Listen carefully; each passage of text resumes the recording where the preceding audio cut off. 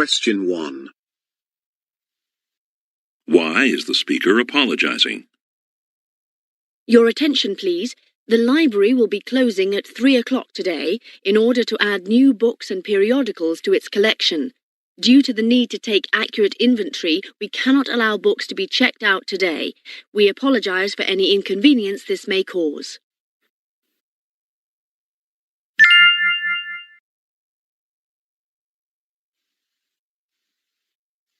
Question 2.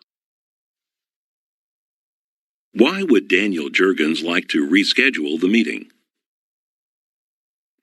Hello, Mr. Thompson. This is Daniel Jurgens in the Finance Division. I am calling about the upcoming meeting with representatives of Shoal Barrier Associates. If you are free, we would like to move the meeting forward by 1 week. The main reason for this is that we need to wrap up the purchase as quickly as possible. Please get back to me about this as soon as you can.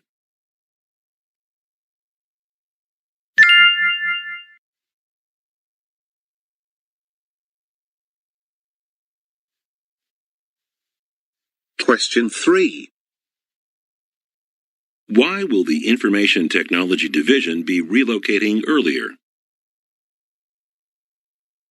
Beginning Wednesday, June 3rd, we will be temporarily relocating to the 3rd floor of our Capital Cities branch downtown. Before the full relocation, the Information Technology section will be moving to the Capital Cities branch on May 20th. This step will be necessary with the disruption of network service caused by the construction work.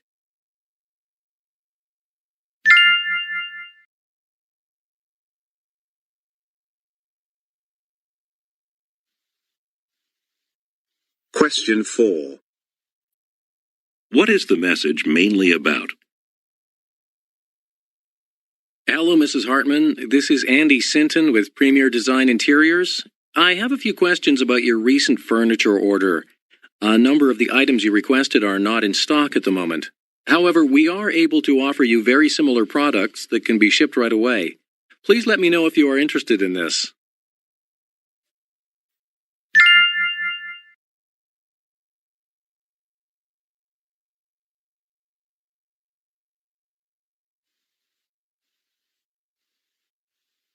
Question 5. What is the purpose of the talk? Okay, everyone. I asked you all to come today so that you know the schedule for the next 4 months.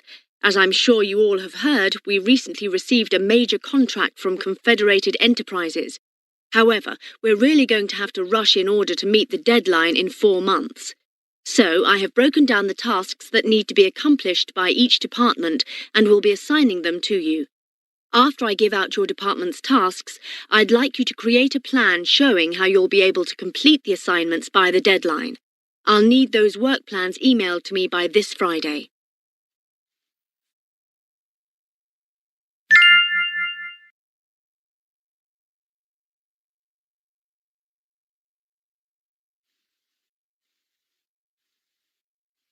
Question 6. Who most likely is the speaker? Good evening. This message is for Marty from Clara Clayton. I'm just calling to let you know that I may have found an office space that might be exactly what you're looking for. It has 6 executive offices and a conference room. The only problem is that it isn't as close to the subway station as you wanted. However, it is in a waterfront building, so the view is quite spectacular. The rent is $8,000 a month. So, if you're interested, give me a call, and I can arrange for us to have a look at it today with the landlord. I might not be in the office, so please call me on my mobile. Thanks a lot, Marty. I'll speak with you soon.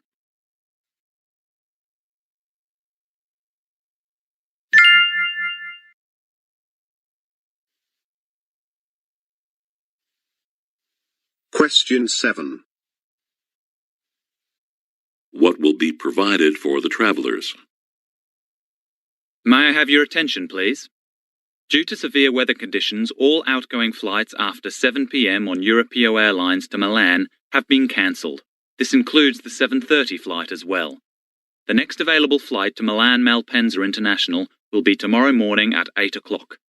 We apologise for the inconvenience and will be offering hotel accommodations and shuttle bus service to those passengers who require them. For further information, please go to the Europeo Airlines counter.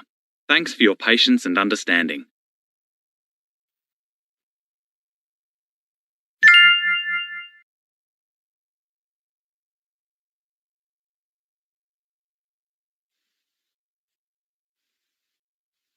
Question 8. What is the celebration for? It is my great privilege to welcome you all to this evening's anniversary celebration. In just over a decade, we have become one of the most reputable names in the American office supplies industry. It is largely because of your efforts that we have made such tremendous strides.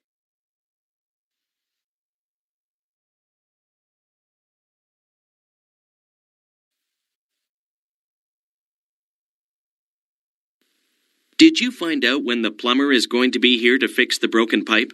Yes, I called at 1 o'clock, and he said he was tied up in another building and would be here by 2. Okay, it's 10 minutes to 2 right now.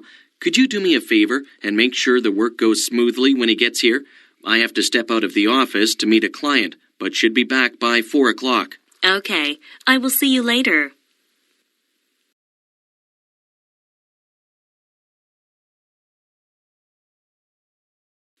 John, are you planning to go to Chicago to attend the big conference tomorrow? I heard it's going to be great. Well, I really want to, but I can't. I just came back from a business trip in Europe, so I have so much work piled up on my desk. I'm sorry to hear that. Tell you what, I'll take my video camera with me, and I will film the speeches you'd like to see. Oh, that would be great. Thanks, Susan.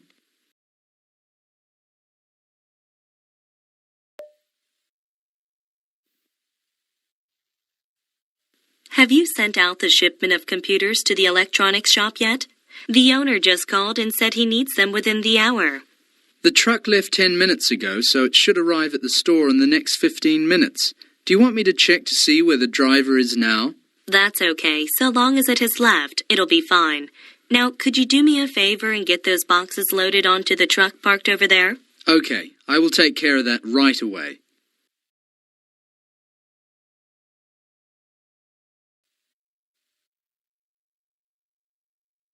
Okay, class, I want to talk to you about the Cold War today. Now, the Cold War wasn't just one single war. It was actually a long time of aggression. It lasted about 50 years. Anyway, the Cold War was mainly between the US and the USSR.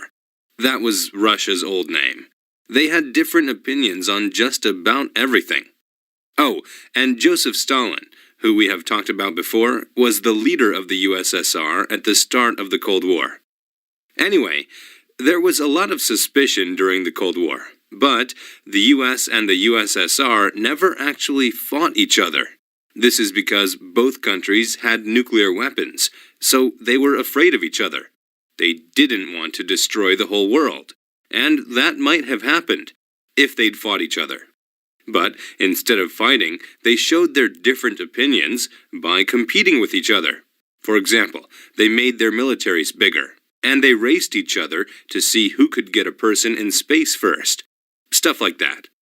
But a lot of the problems were political. The two countries were very different, and so they couldn't get along. This is what caused the Cold War. Okay, yesterday we read about Georges Seurat.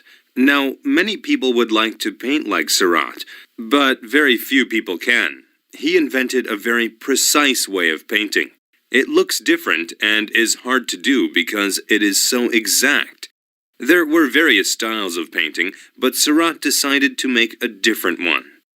The first difference was that Seurat took a lot of time to prepare before he painted. He planned his paintings very carefully.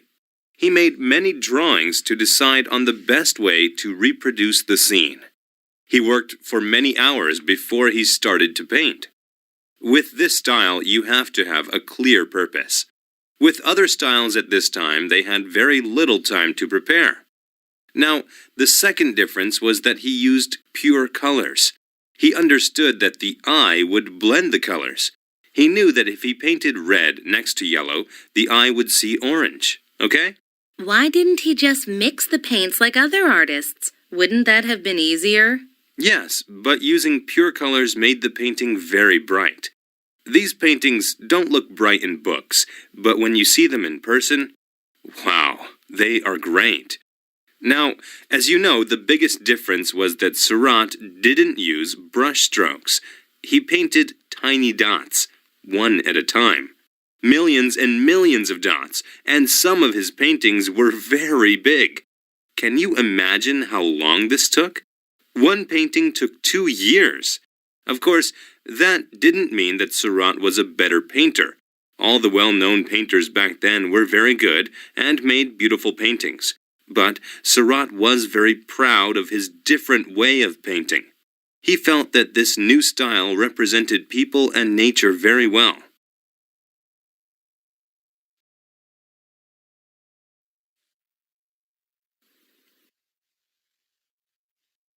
Today we're going to talk about snakes. Can you imagine eating a snake? Me neither. But there are creatures that do.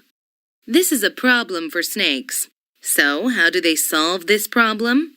They have to protect themselves. Let's look at 3 types of snakes: the rattlesnake, spitting cobra, and hognose snake. They all have unique ways of protecting themselves. The rattlesnake solves this problem in a unique way.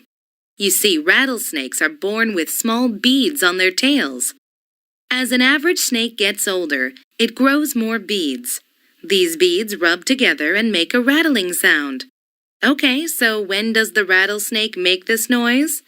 When it thinks an animal might attack it. It cannot shield itself, so it tries to scare the creature by rattling its tail. The spitting cobra has another way to protect itself. What does it do? It sprays poison from its mouth, okay? But the snake doesn't just spray it anywhere. No, it sprays it into the eyes of the creature that is attacking it. This is very effective because eyes are sensitive. The spray stops the creature from seeing, and the snake gets away. Next, we have the hognose snake. It's less aggressive. So what does it do? The hognose snake plays dead. That's right. It will twist and roll like it's dying. Then it will lie still on its back. The snake will even hang its tongue out of its mouth. Can you believe that? So by playing dead, it actually survives.